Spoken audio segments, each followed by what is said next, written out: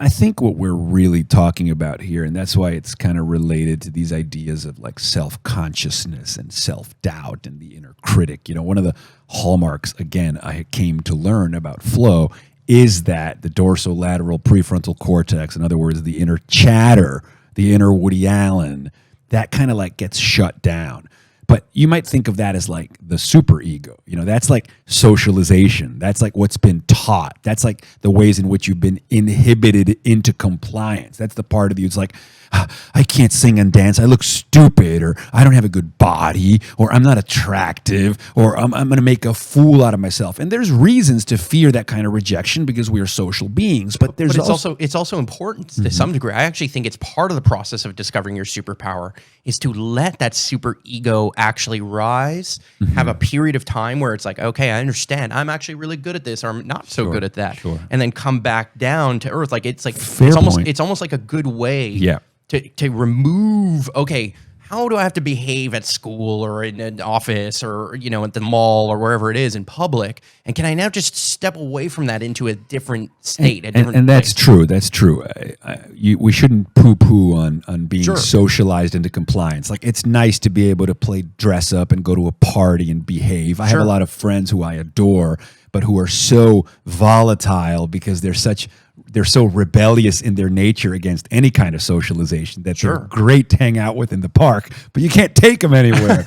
and so, I'm not poo-pooing on being able to like inhibit yourself when necessary. Yeah. But there's another aspect of who you are, perhaps a more truthful, virginal, feral you that is more impulsive, that is more free, that is free not just of self-consciousness and the inner chatter, but free to act out its own creative impulses. And how do you unleash that fire hose, that manic geometry, the creativity of that intensity, of that feral intensity, without like going off the rails, crashing into people or things, because you can.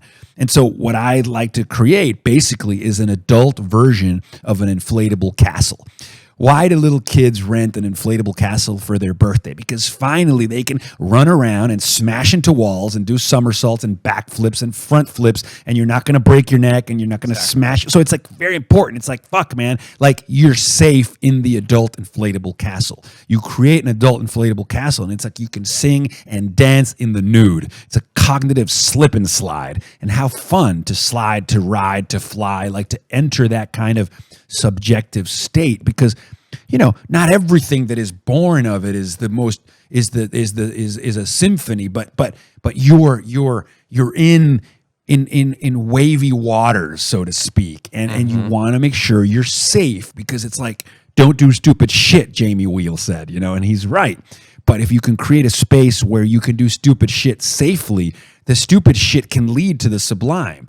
The profane and the sacred are often two sides of the same coin. And so it's like, so anyway, I create those containers as places that are in some sense my creative studio, but also places for me to purge. I purge in the container. Yeah, I extaculate all over myself, But that's a great expression. But sure, I mean, it's real.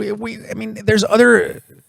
This is analogous to the idea that, like, okay, like when you're in bed, with your sexual partner, like you're naked, you're aroused, you're like playing with each other's body fluid, your identity is merging and disappearing into the other person. Maybe you're weeping.